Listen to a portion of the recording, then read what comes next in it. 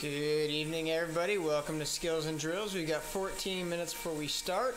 It's a good time to finish getting your setup ready. We are going to be working on bridging today. And what we mean by bridging is when you have small gaps. That's not really a break, but it's that, a few seconds to about a minute where you need to cross that gap and get back onto the group that's ahead of you, whether that's because they dropped you or because you missed the break. Can you try again?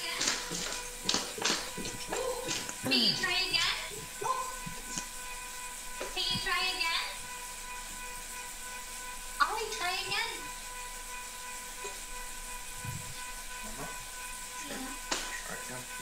All right, person. Hello there. Huh? I got something that says 30.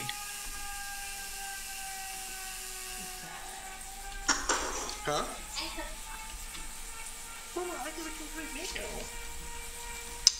Okay, so quick highlight for folks that are new and just coming on in. This is not a race, so if you're looking for a race, I can't help you there.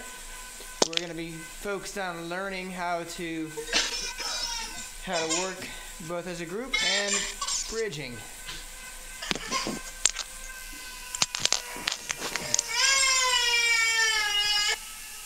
Why are you crying up there? Ooh, we got someone crying through on us.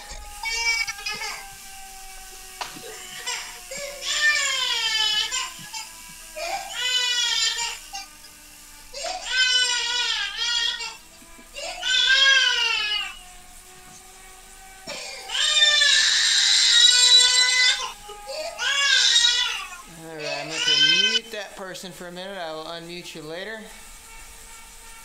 Crying was getting a little rough on the ears. Apologize.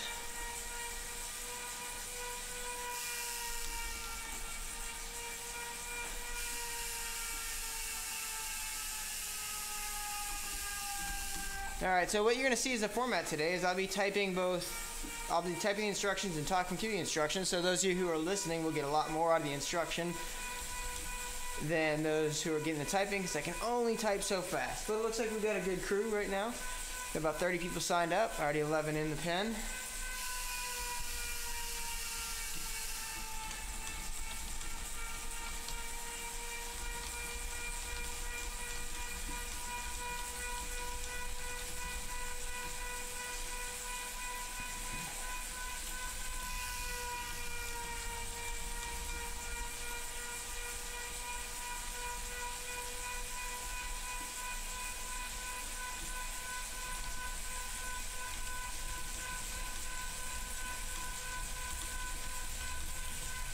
Alright, so we'll be spending most of the race at 2.0 to 2.5 like I typed in the screen there. So if that's going to be too hard for you, let me know. If it's too easy, apologize, but we want to keep everyone together. We're going to be focusing on the bridging, so eventually we will do some harder intervals. Nate, welcome. Nate Scott.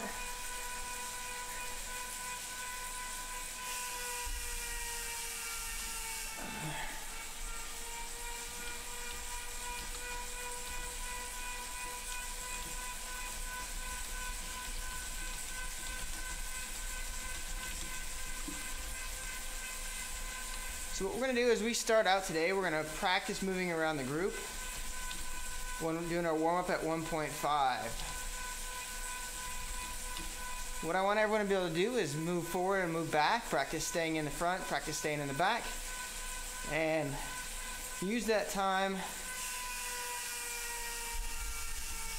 to start trying to get a feel for pack riding.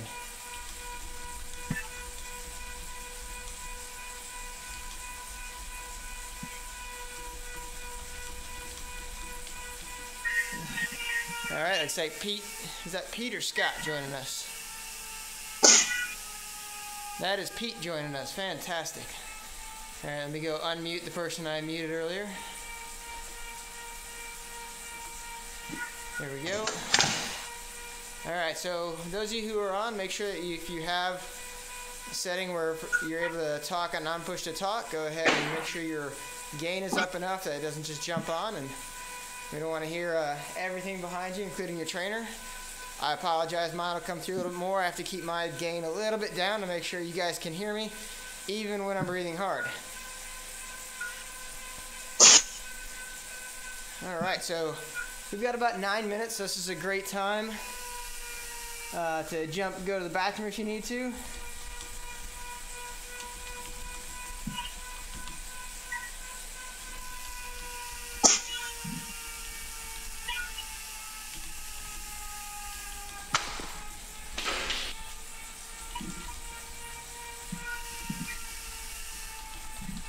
Alrighty. I'm flipping back and forth. I got a couple questions coming in already. Now, this is meant to be interactive, so feel free at any point to jump in and chit chat. A little banter's never bad, and ask all the questions you want.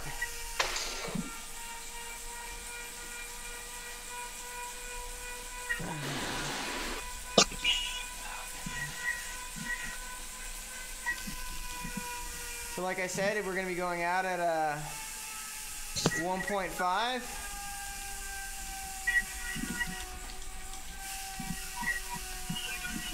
Oh, that's better.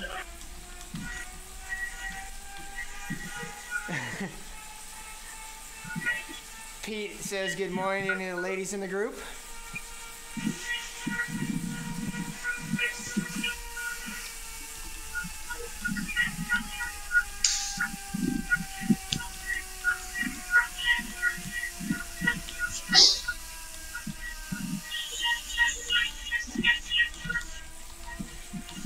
All right, so we do have a closed event today, so we should not get the other chats coming through on us, which will be good.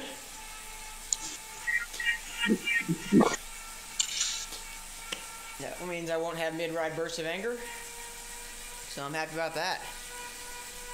Seth, how are you doing this fine evening? Well, now that I can hear you, I'm doing just fine, thank you. Good to see you all. Fantastic. We got some new folks here. Who else new to the ride today?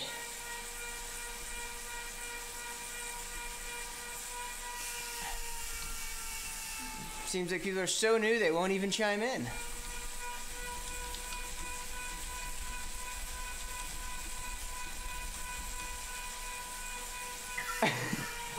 I'm doing something new. I'm hot spotting the bejesus out of this stuff because Xfinity Nice. sucks.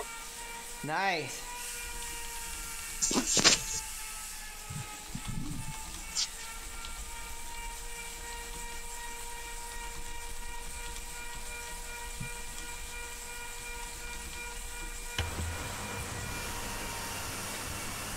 I don't think Millet read the what we're doing for the ride today.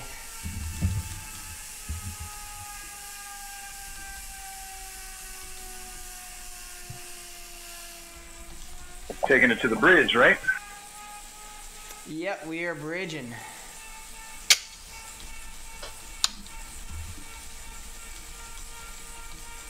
Well, after this morning's bit of hell, this ought to be fun. You like that? Not particularly, no. I was well and truly biased for some of it.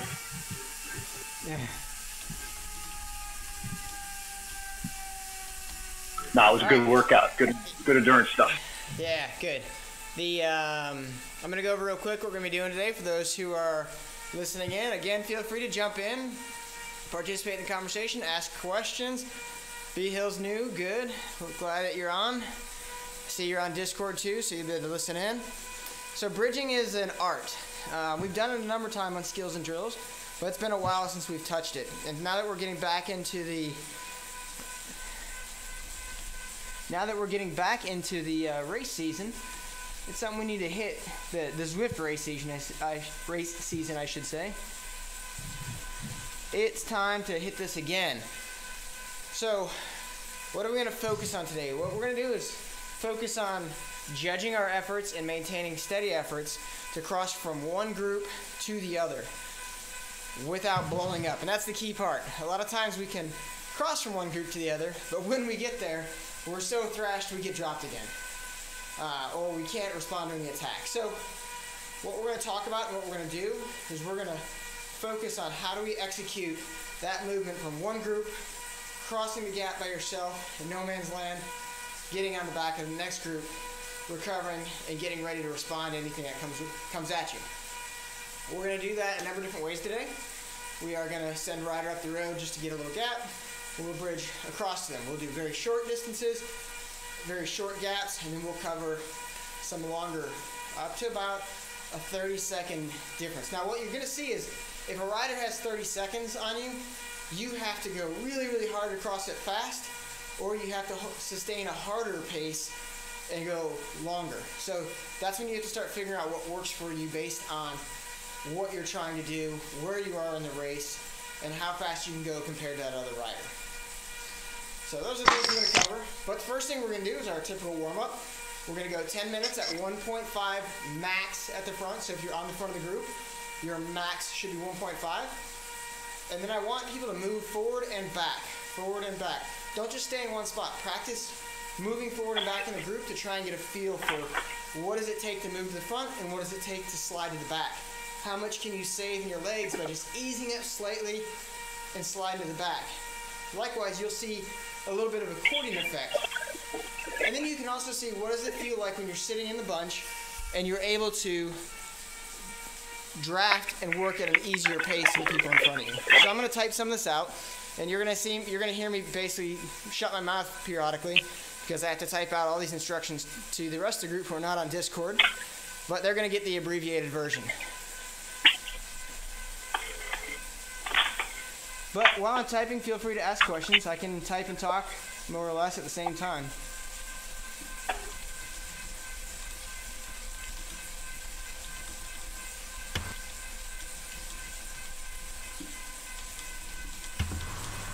Type, talk, and ride even. Yeah, I can talk, type, and ride. I know, Martin. That's what I got going for me.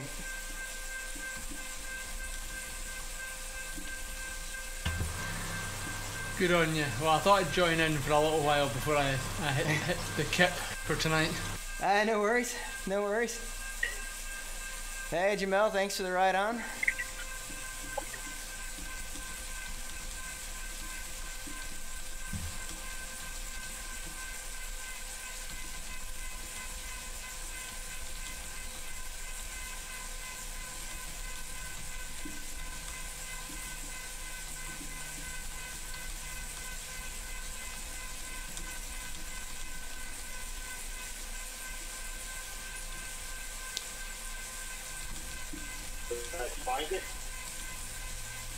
What's that? Oh, you can hear me? I can hear you. Oh, great. No, that's okay. My first time out. That's fantastic. We love having people on. We love getting some interaction.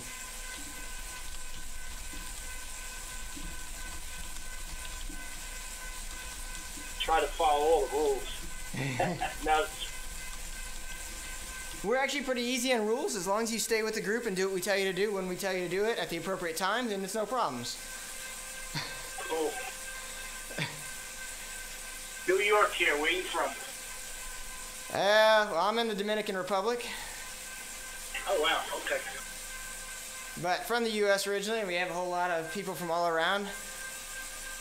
So it's an international bunch. We got about 20 seconds left. So remember, going out at 1.5. Do not go out like a crazy person, please. That will not be useful for anybody. And it will highlight you as the fool. Yes, we will mock you. That is for sure. Just so everyone's aware. Mocking is allowed when you don't listen. Okay.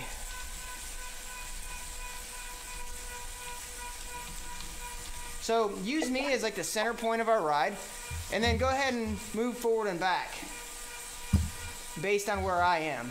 So if you're in front of me, you're towards the front. If you're behind me, you're towards the back. For the new folks, view number 3 is most helpful for this. Yes, I'll put that in.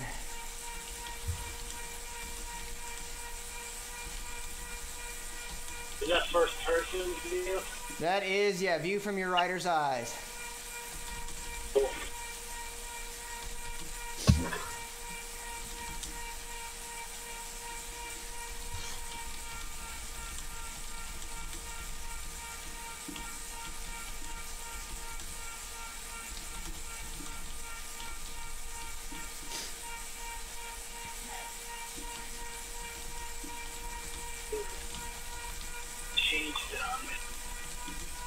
So one of the things you'll see is if we are able to stay together as a group,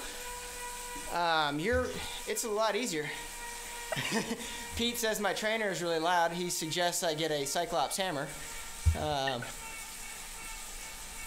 I've told Pete if he brings it over, I will gladly demonstrate it, but he doesn't want to play. He doesn't ever want to bring it to Dominican Republic for me. So if you can ride together as a group, and the tighter you stay bunched, the easier it really is to stay in that group, and the faster the group will go at easier power. And that's actually key, because a lot of what we try to do here on Skills and Drills is focus on efficiency and riding smart. Because if you don't ride smart, you're what we call an awesome opponent.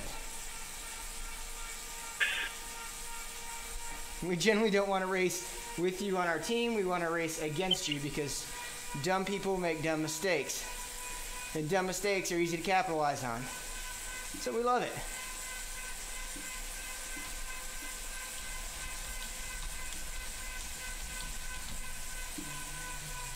I'm right in front of you. Good. Okay, so go ahead and move all the way to the front if you're near me. And if you're way up front, go ahead and slide all the way to the back.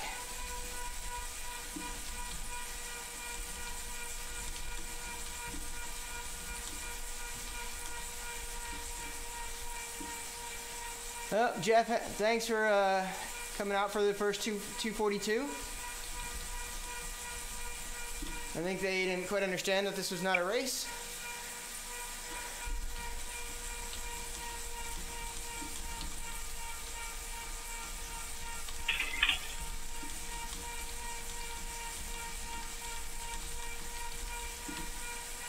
So what we're trying to work on here in this 10 minutes of warm-up, and the reason we like to have people move forward and back, is once you start getting the feel of how to work the bunch in Zwift, it's much more like riding in real life. The difference with Zwift is obviously you can ride. Good question, Kentrell. Kentrell's asking how close Zwift racing is to real life. We'll get there in a sec. What a timely question. Yeah, it's quite timely.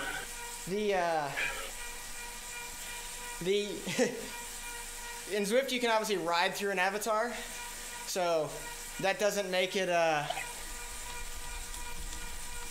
obviously you can't do that on the road, because if you try to ride through someone on the road, then you're gonna crash and then probably fisticuffs ensue or something like that. I'm gonna move up to the front real quick so I can get that person's name so I can heckle them.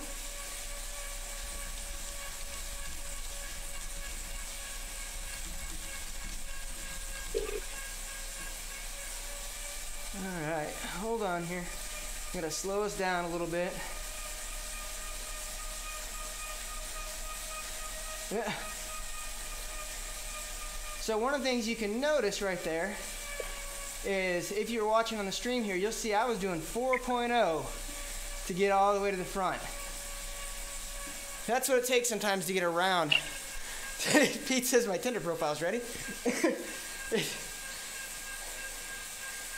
It takes a while to get around the draft, and you can get sticky draft.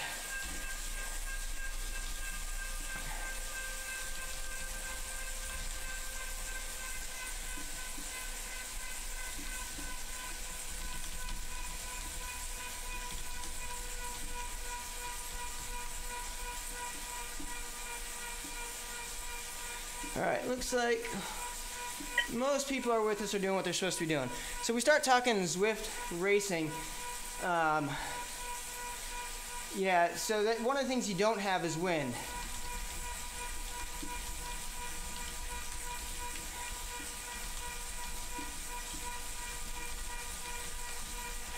Or road vibration, unless you're on a Neo. And that actually matters, because that one wears you out. And then, two, you know, it challenges your ability to handle. when you're riding in the wind, in Zwift, or excuse me, on real life, you know, crosswinds matter. Where you position for the draft matter a lot more. Whereas in Zwift, as long as you're behind the person, you're in the draft, so you're benefiting.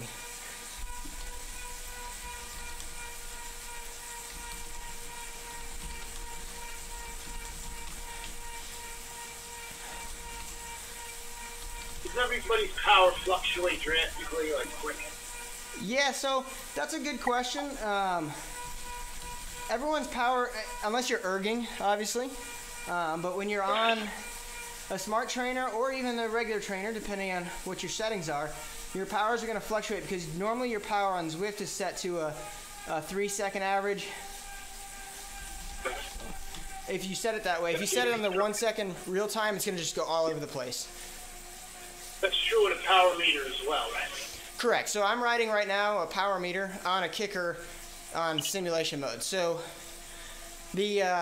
what you're going to experience is you're not super steady with your power because the terrain's constantly changing. Yeah, 1%, 0%, 0.5%. So you're getting small changes and you're not necessarily adapting very quickly to them. So that's going to cause a lot of fluctuation in your power. Secondly is how smooth are you, in your application to power. And that matters quite a bit. Hey, quick question. You're on a kicker. I keep getting a bunch of drops, signal drops. Should I just switch to my my Power Tap P1 pedals for the power? Yeah, so as long as what you want to do is I prefer to have my Power Tap, and that's exactly what I have, my P1 pedals, as the power source, and then the Zwift FEC as the controlled trainer. I've been in contact with Wahoo, and they're driving me up the wall. They can't give me a straight answer how to deal with this problem, so I guess I'll do that. Yeah, that's what I do, and it's worked out rather well for me.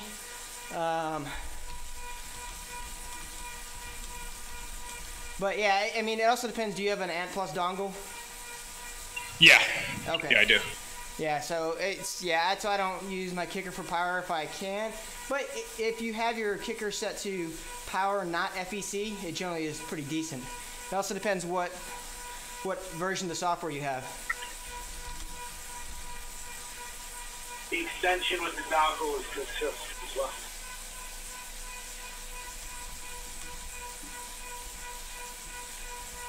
Let's see, Discord.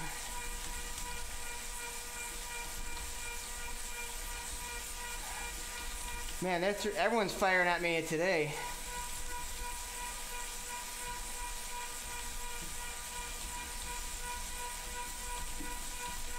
Everyone's firing off questions on chat. You guys are firing off. This is awesome. Pete Donahue said the same thing. He's in the same boat with his kicker. Yeah, average customer service after point of sale or after purchase. Yeah, that's a problem sometimes. I've actually had good customer service with him. So, all right. So I'm going to talk real quick what we're going to do, and then we're going to get into our first part of our class.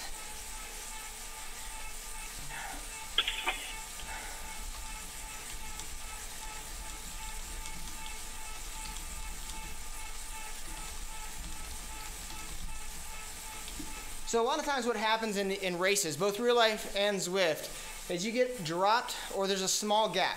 Sometimes it's terrain, sometimes it's, you're not paying attention, and all of a sudden you're off the back or someone's gotten away from you that you don't want to get away.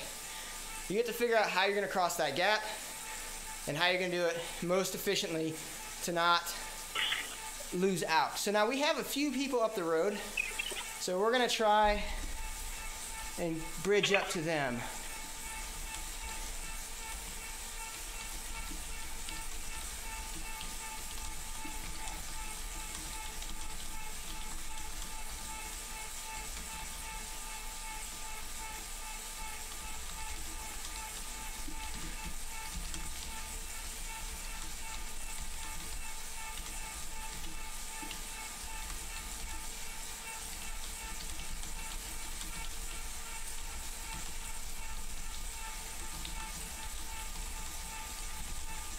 So one of the things, like I said, we want to look at is how are you positioning yourself as far as what matches are you gonna burn. So right now, the group that's with me, we're kind of split up off the back.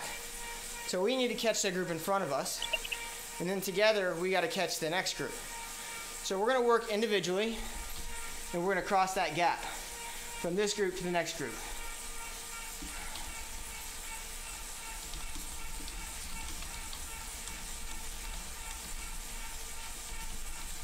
And how we're gonna do that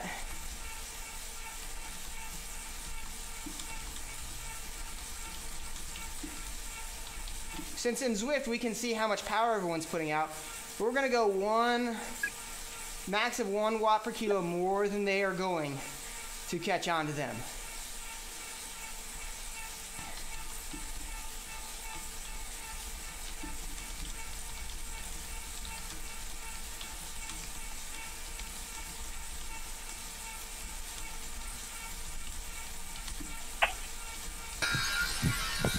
Now, it's going to take us a little bit.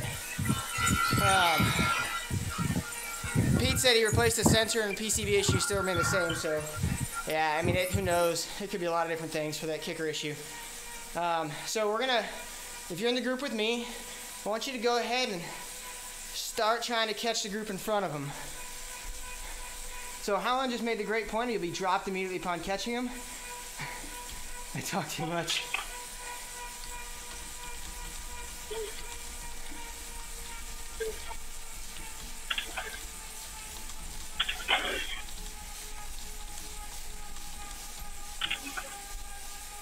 All right, so go ahead and make the move to that group in front of us.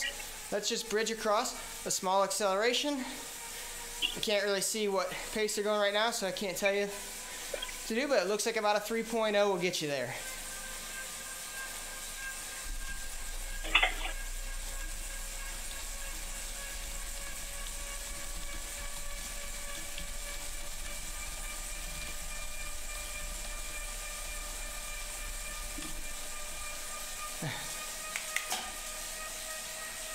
So what you're going to see is we're going to be going 50% faster than the group in front of us. And it still is going to take a little bit of time to cross a 3 or 4 second gap, right? So these are the kind of things you need to calculate. This is, again, we're not going very fast. And yet, it still is going to take us a little bit of time to make that cross. Now, was it a minute bridge? No, it was not. But it was some effort. Can't see.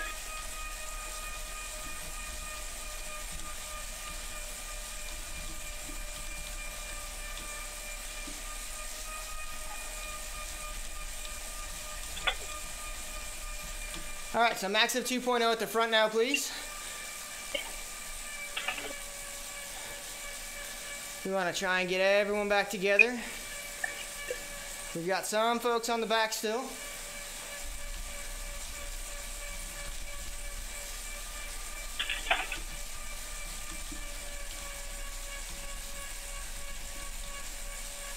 All right, we're looking pretty good.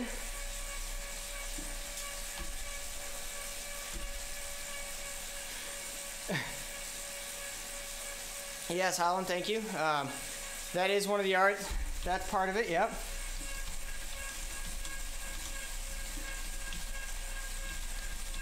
That is a big important key, is what Holland said, was trying to not roll off the front or not roll off the back. But I will tell you that along with that, it's being able to time what you're doing. When I say timing it, I mean simply figuring out what you got to do to get it down pat. So if you think it's going to take you a minute to do it and you know what you can hold for a minute, then that's exactly what you want to do. But that what you're holding for a minute should not be your 1 minute max. It should be your 5, 6, 7 minute max, so you're not absolutely destroying your legs. All right. What's a trick for staying in the middle of the group and not getting pushed out the side? Yeah, you're right. It does tip your head. You have lots of spare, Holland. So the tips for staying. Hold on 1 second. I'll answer you 1 second.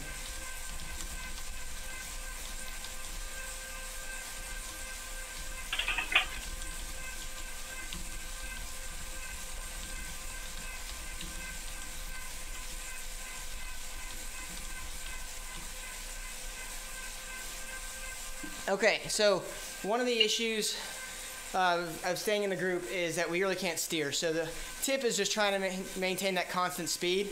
That's why that 3 view, the one I just put on my screen now if you're watching the stream, is really important.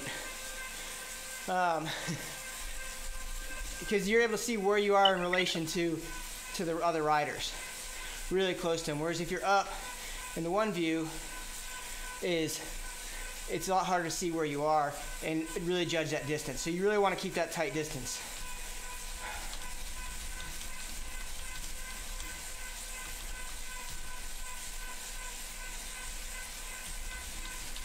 So Holland, please head up the road.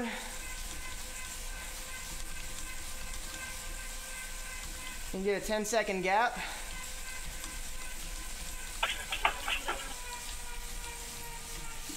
.2 max for everybody else.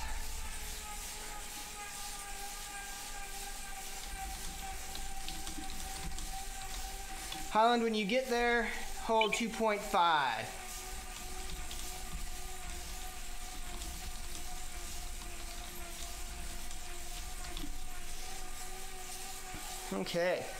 It looks like everyone's slowing down. Very nice.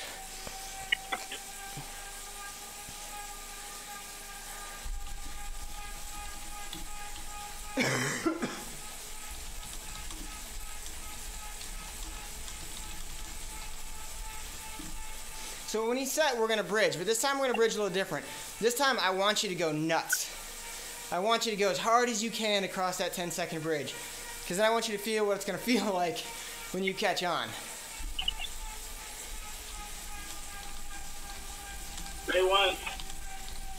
You can do as many watts or as few as you want, but you got to cross that gap.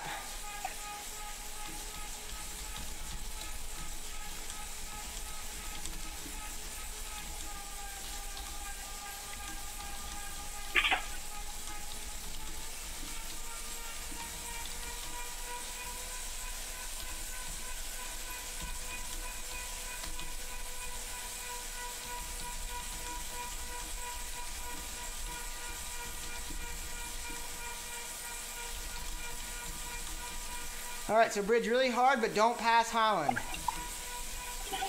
Get on his wheel and hold 2.5 when you get there.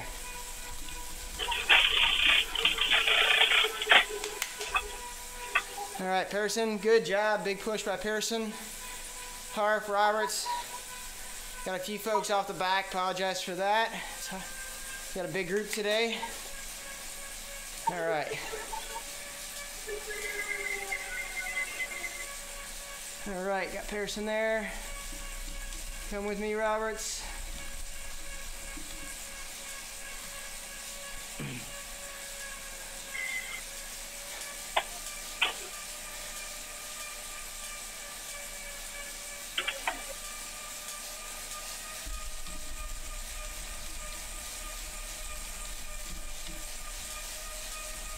So get on Holland's wheel. This is much more the art, how not to overshoot your target.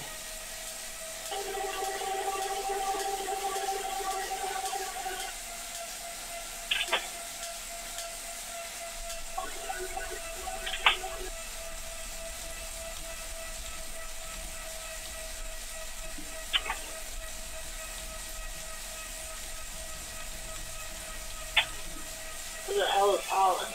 His last name is Holland, Jay Holland, Canadian flag. I'm going up that way.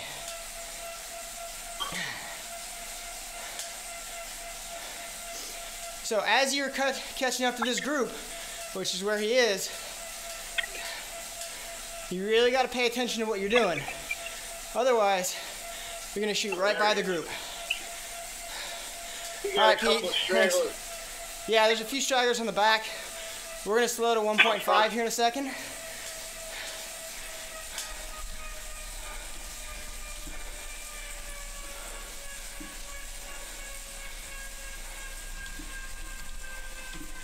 .5 max to regroup. So John's got a good point there. Remember, when you are doing this, once you see yourself closing in on somebody, that's when you need to ease off.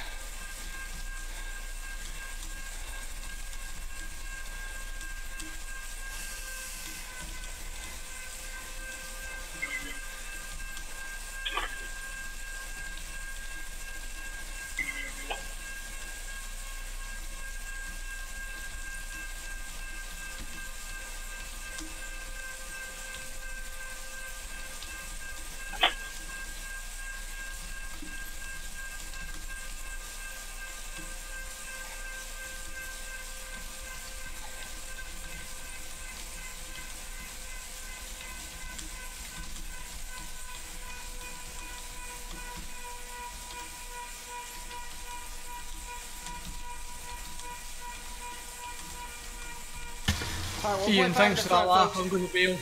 All right, brother. Have fun in bed sleeping.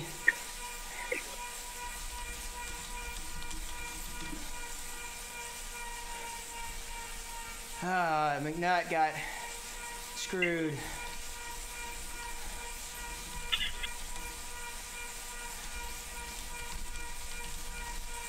Okay, so we got a few more folks coming on. Want to let everyone catch back on.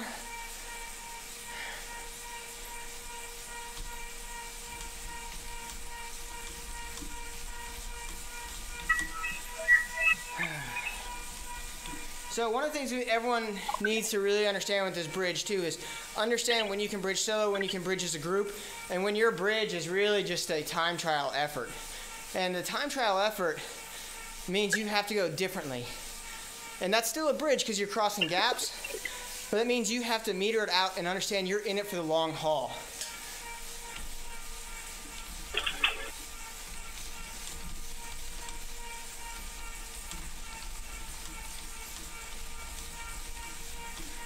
And if you're going to do one of those in it for the long haul moves, then you really need to sit there and pace yourself, because if you're going to do 10 minutes, you cannot go at full-on FTP or above it and expect to hang on to the group once you catch them. And we're going to do a little bit of that later on, where you catch a guy who attacks you once you catch him. But we're not going to worry about that right now. Seth, you're going to be my next guinea pig. Roger.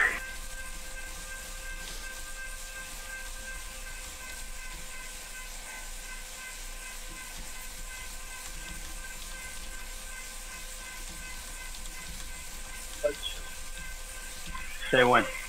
Yeah, 1 sec. I'm going to go with you. We're going to go up together.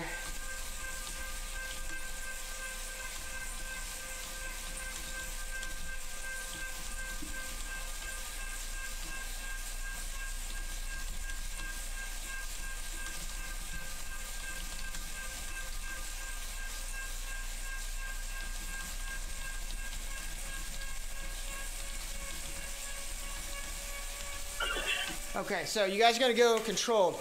Nothing above 4.0 when you do this. So let me, Seth, I'm moving to the front. Are you already at the front? Yes, sir. Right up front. Okay. I was dropping back, helping some folks out. I'm making my way up there now. So the reason I'm putting 2 of us up there is because 2 of us can hold 2.5 and we'll actually go faster than just one of us. And right now I'm stuck in the draft a little bit, so I gotta get around. All right, Seth, let's go. Yeah.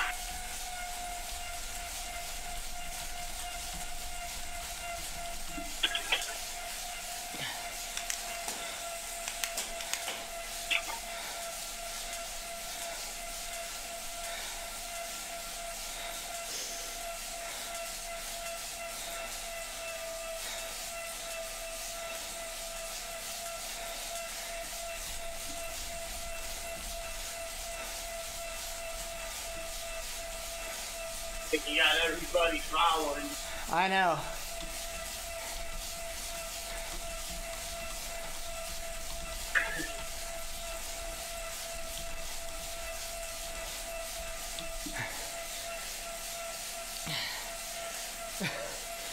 Hopefully that's clear. All right, Seth, let's do 2.5.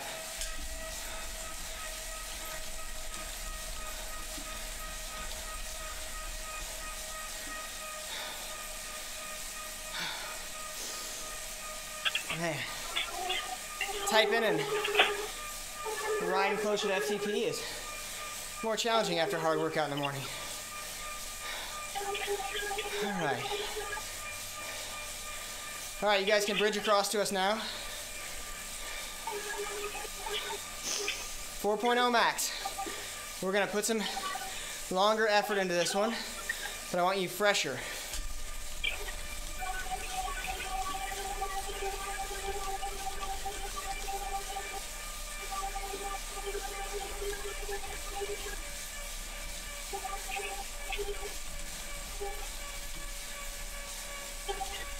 All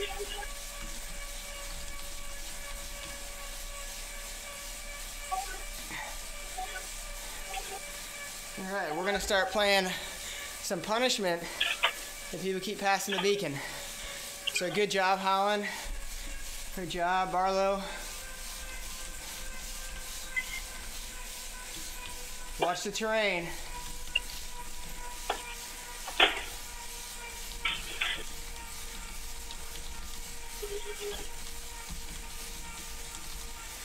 When you hit the hills, you still need to control your effort. No reason to go up to 5 and 6 from a 2.5 just because you hit a hill.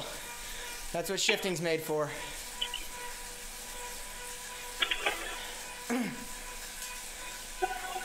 All right, how are we looking at the back?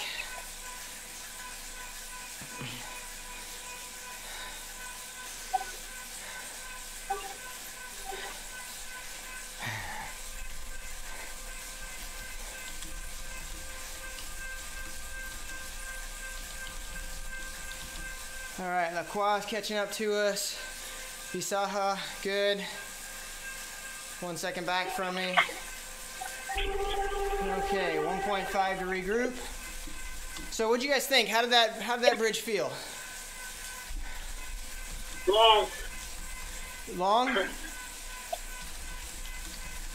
So you definitely feel the benefit of the group when you pull in. Yeah.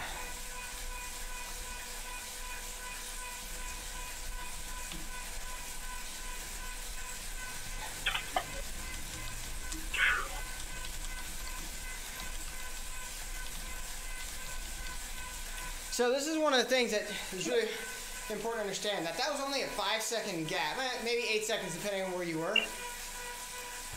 Covering that cost a lot for a lot of people. That's a lot of people were having to really push into the red on that because maybe 4.0 is too high for them or too hard. But what you're looking at is the difference again in relative speed or effort.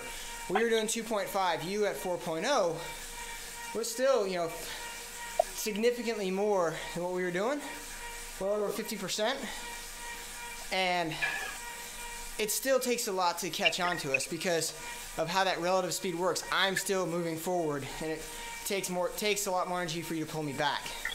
So that's really that key part to understand. So if you're going to let someone go up the road, you got to understand what it's going to take to get them back unless they blow up.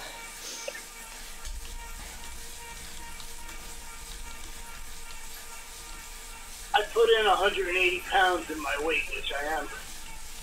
How much of a difference is I put in 130? A lot. Really? Okay.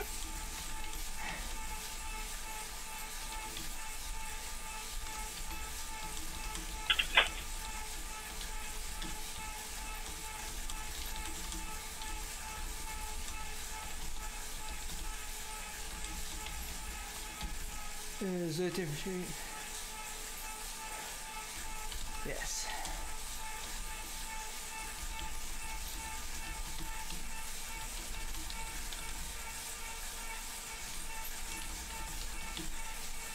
But when you're up in a bigger group, so the question was, what's the difference between the lead? Does Zwift differentiate from the leader and the second person if there's two people together? Yes, the first person's not getting a draft, but, okay, Josh. But the second person does get the draft. And if you're taking turns, just like on the road, you're able to hold that higher pace. So it does. But when you're in these big groups like this, man, a big group doing 2.5 is really, really hard to catch. It's really hard to catch for folks that are, maybe if you're only doing 3.5 or 4.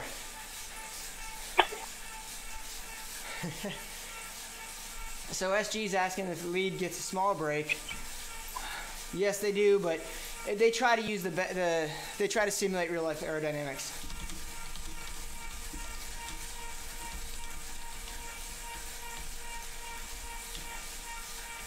All right, so we got a small gap there, a couple people off the back, a couple people off the front, but those are the people who didn't really listen and are going like crazy people. So now what we're gonna do here, we have a little bit more fun. We're going to add to our bridging. So Seth and I are gonna go up the road again, but I'm gonna send Seth further up the road, and you're gonna bridge to me, sit on me for 30 seconds, and then bridge to Seth. So that's just simulating getting through traffic on a race, or there's multiple groups split apart. This happens all the time in the mountain or hilly courses. Then when you come back to the flats, there's people strung out across the road. Let me type it up and we'll get going.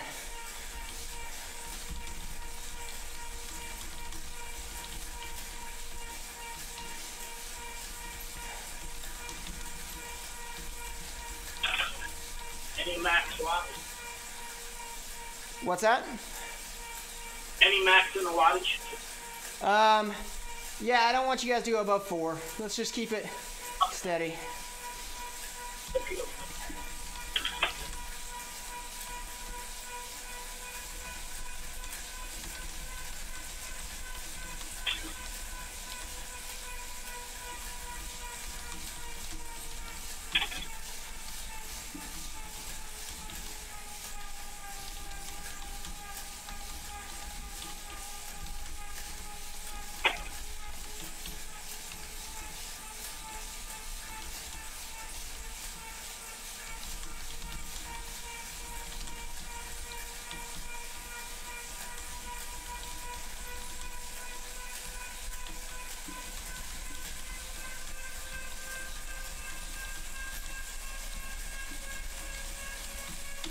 Okay.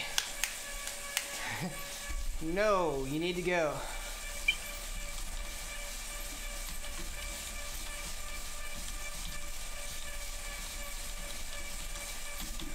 All right, so Seth, let's go.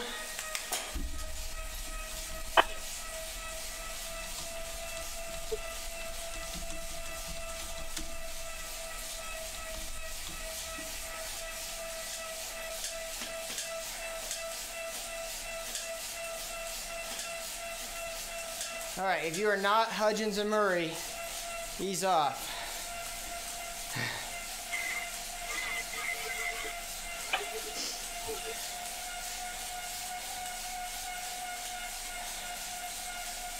I'll pull for you a little bit, Seth, so you can get that advantage before you go again. All right.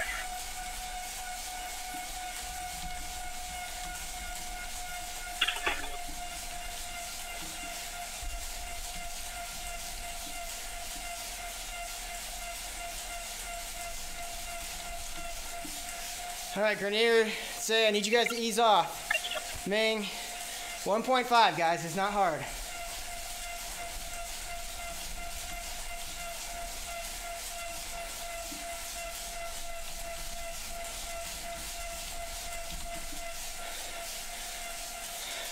You guys are killing me.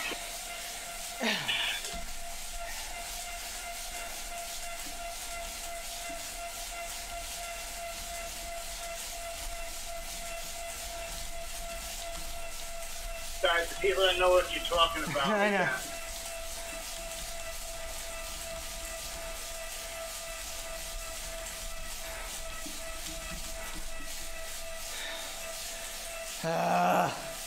That's a probably language issue. All right, Seth, go ahead.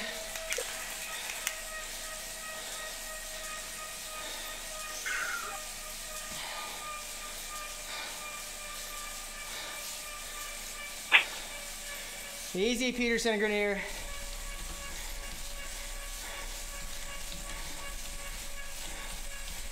Not yet.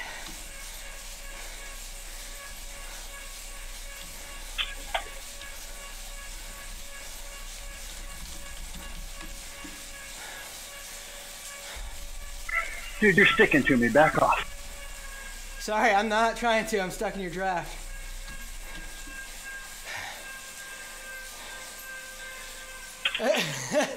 I'm literally doing 0.8. All right, they're going to chase me.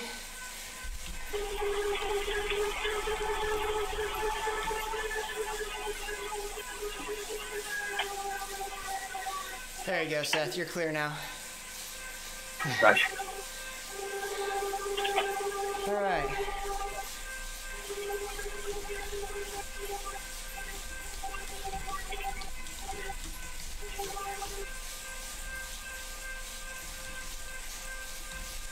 So want to stay composed. Use those around you. All right, you're good there, Seth. Yep.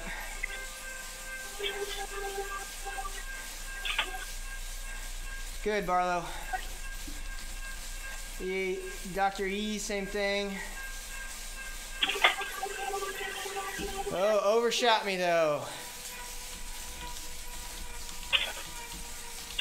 Come back.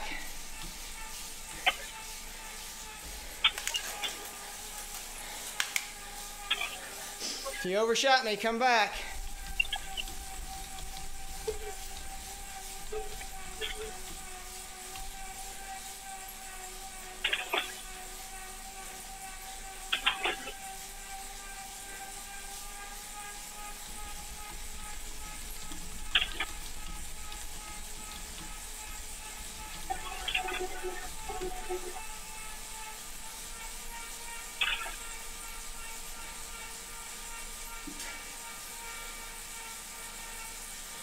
All right, I think actually we're, as a group, almost closing you down, Seth. Once we got in the group, they're all dragging me up to you. So again, we look and see the group dynamics. Even though Seth had a 5-second gap, once the group caught onto me and overshot, we started pulling everybody back up to Seth.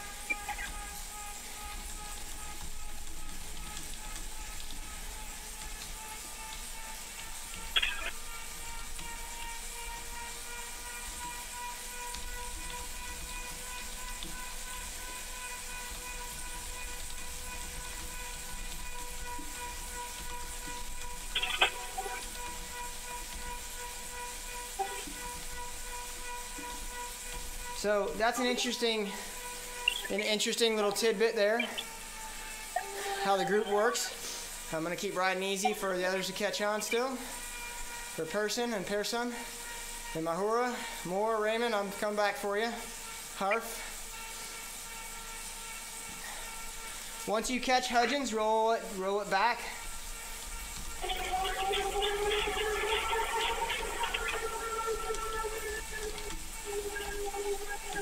All right, Seth, I think once we got a big enough group with you, we're gonna dial it back to a 2.0 so I can let some of these other folks catch on.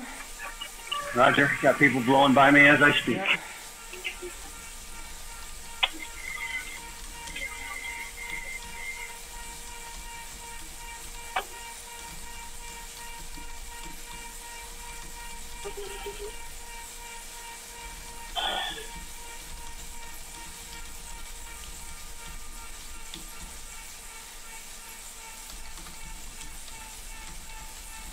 So the next one's going to be harder, and why do I say that? Well, the next one's going to be harder because there's going to be a punishment. If you bridge to me and pass me, you have to stop pedaling, put your foot flat on the ground, meaning unclip from your pedal, and then get back on. So you're going to do constant bridging like you're getting dropped. I'm going to go up front, and I'll hold 2.5, and then I will periodically go. I'm sorry, actually I'll hold 2.0. And I'll periodically go, and every time I get 3-second gap, you guys will chase me down. But if you pass me and put yourself in the front, then you're getting punished.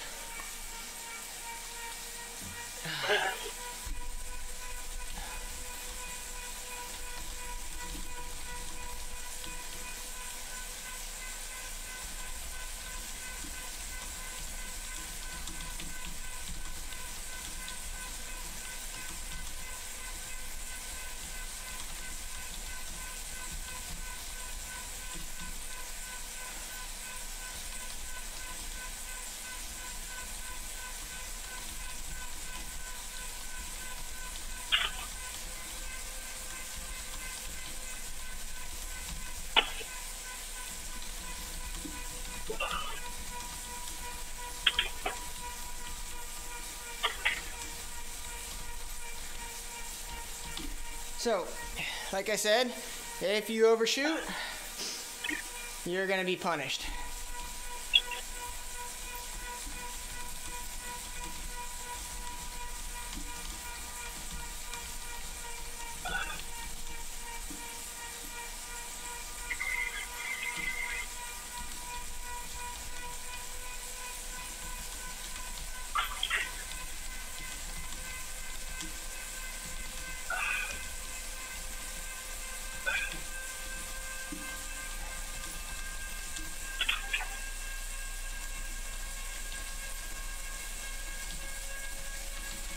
stay with you for now?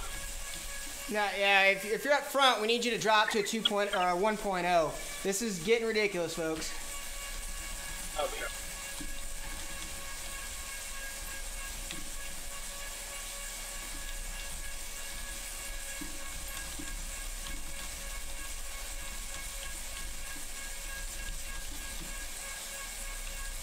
Everybody's right.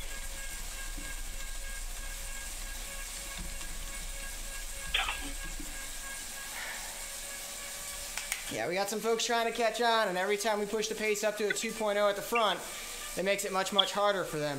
This is a beginner's ride, not let's show how awesome we are.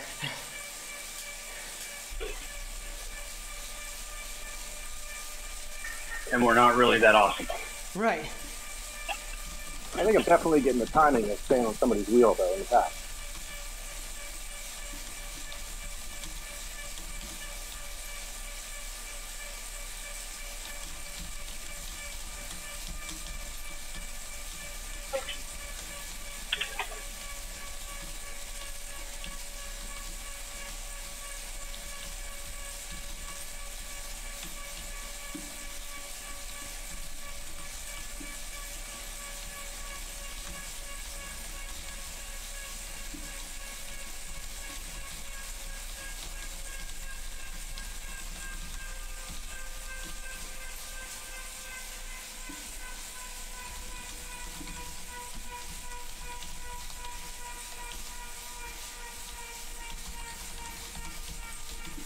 All right, if I'm passing you right now, go ahead and jump on my wheel. It's like we're coming back together. Appreciate that, everybody. All right.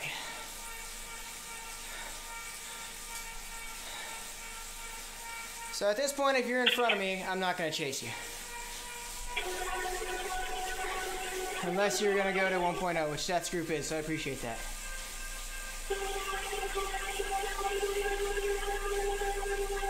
So that was our own little bridge right there.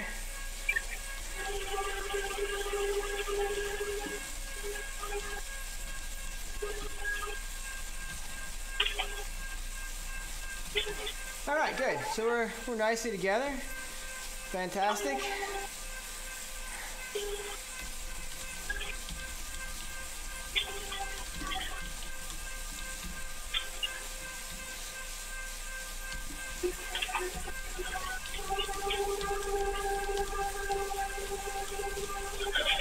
Anytime you pass the beacon from here out, you're getting punished.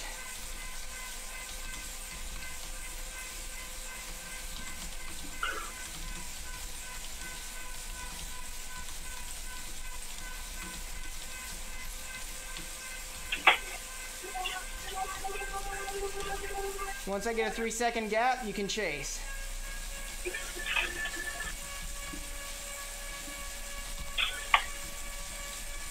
Come on, folks, let them get the gap.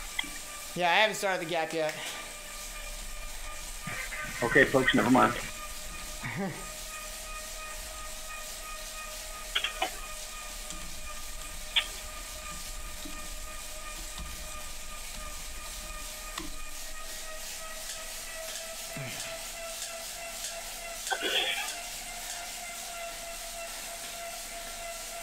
You can chase as hard as you want, but don't pass me.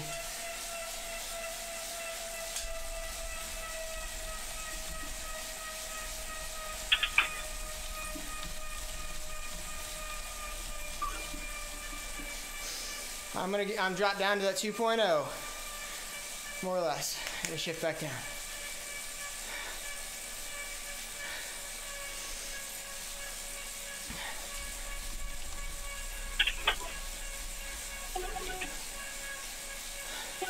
Good, Holland. So, anyone who's watching there, Holland did a real good job. He was coming up on me tight, and he just eased off. Taylor did a good job there. Peterson, oh, that's Chouinard, Peterson.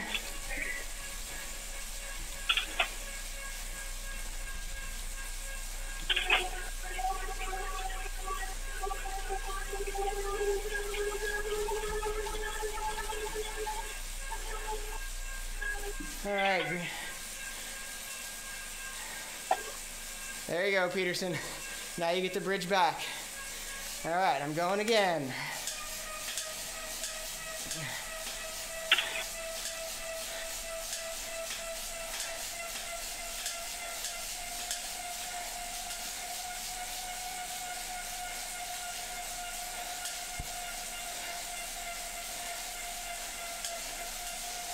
Barlow, don't chase yet. Grenier, don't chase.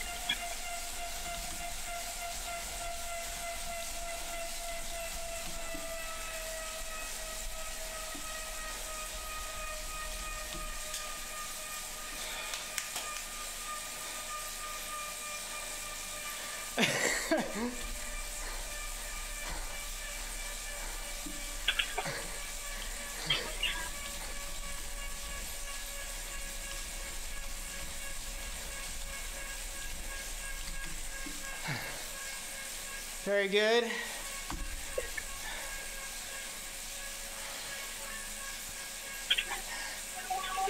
Oh, Say, Ming Shut, Rice.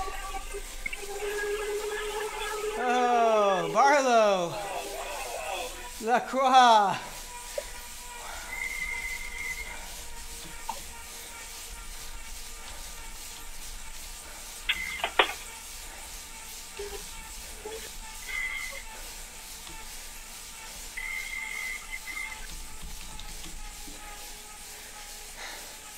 Person, Holland.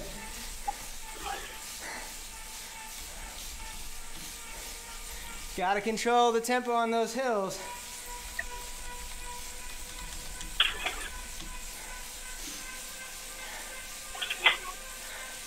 All right, make sure if you haven't done it, do your punishment.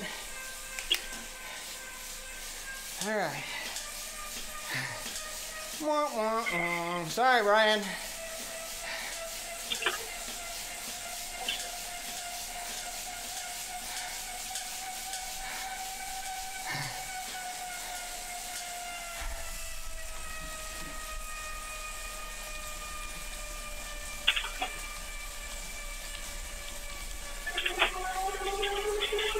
All right, 2 to 2.5, same thing. Remember, pay attention to what you're doing. You can see how far ahead I am. You can see the little thingamabob on the sides. So you can see right there, Say just passed me.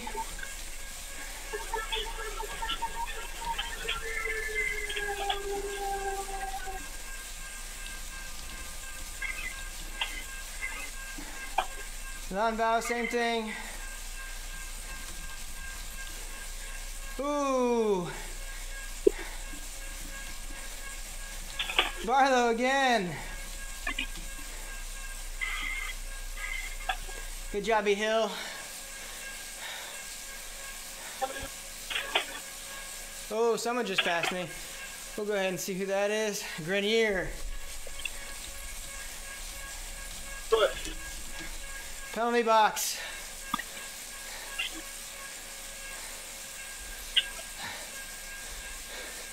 Now you guys are being smart. You're grouping up in your group behind me.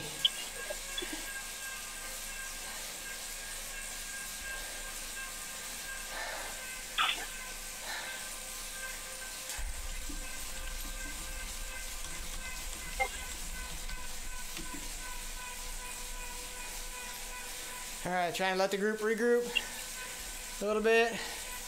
Let's tighten up a little bit.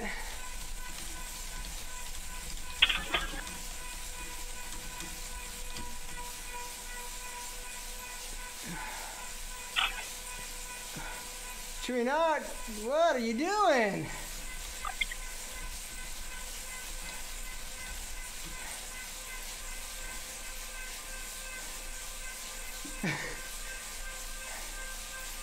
I think we got some folks who just, okay, here I go again.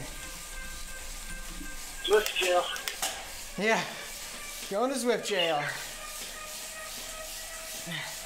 And that has to suck for whoever just paid a penalty, and then I'm attacking off the penalty. Remember, Taylor, keep it at 2 until I go. Say go.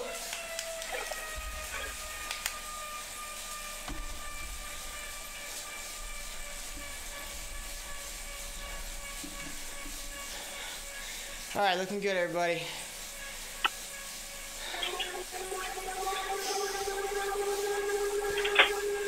Good, Taylor. Quick surge. Very nice. You guys are looking pretty controlled. That's what I like to see.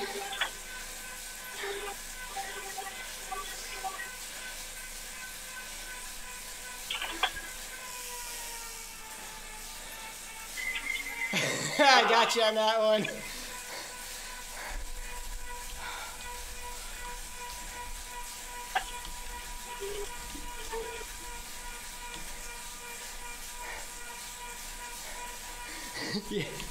Yeah, I stopped a little bit.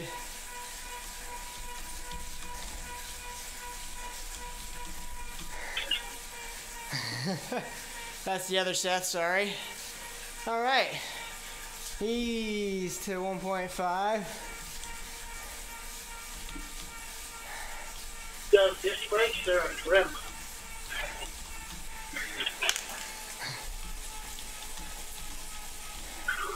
All right. So I'm going to do a recap for you guys in a sec.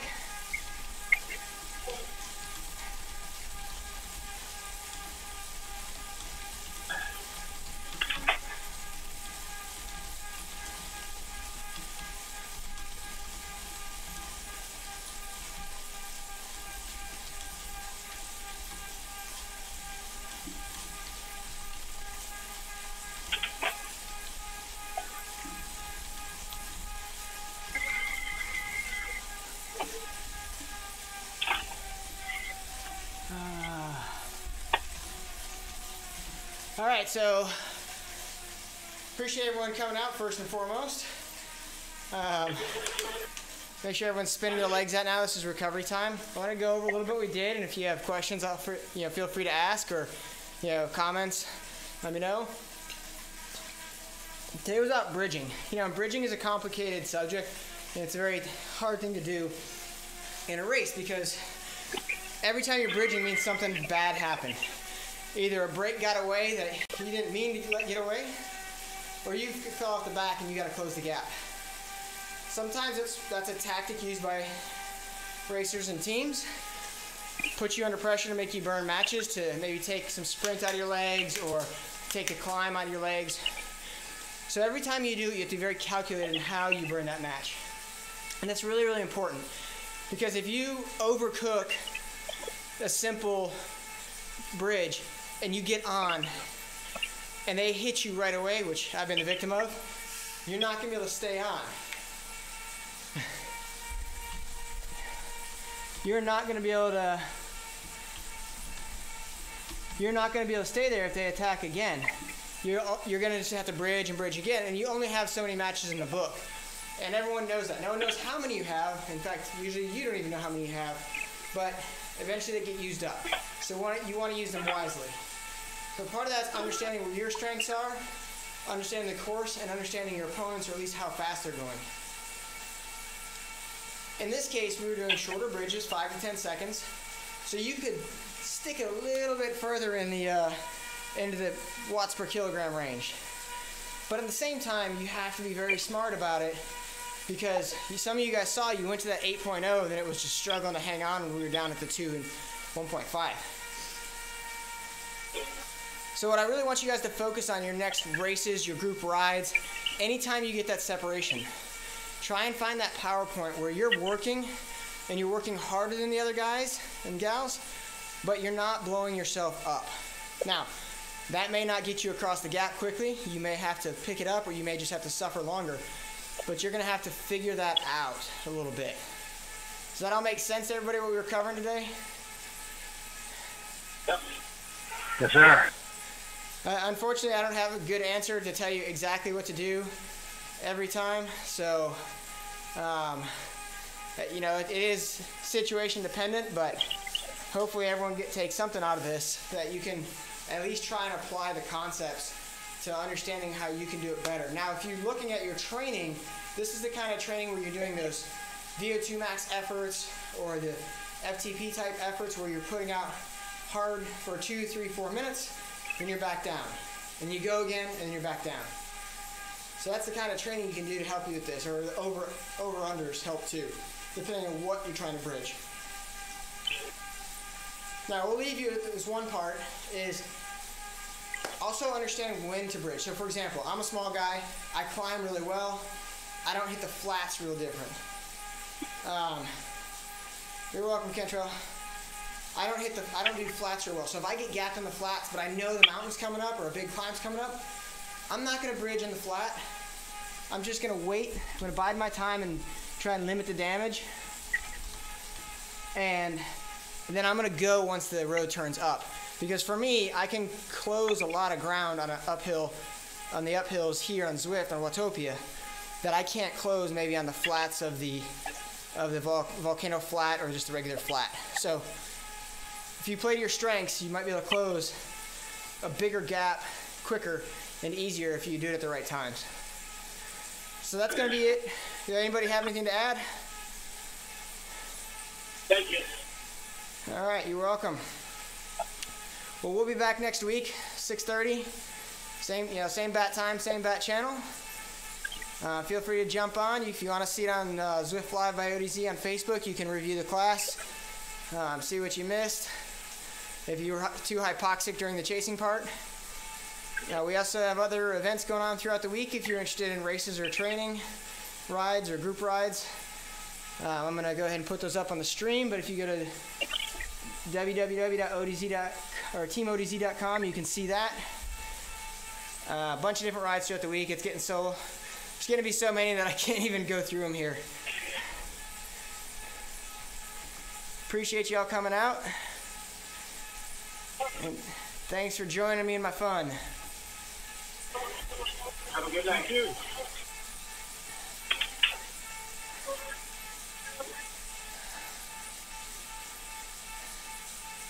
Thanks, Coach. Good stuff. Thanks, Seth. My legs hate you, but the rest of me is okay with you.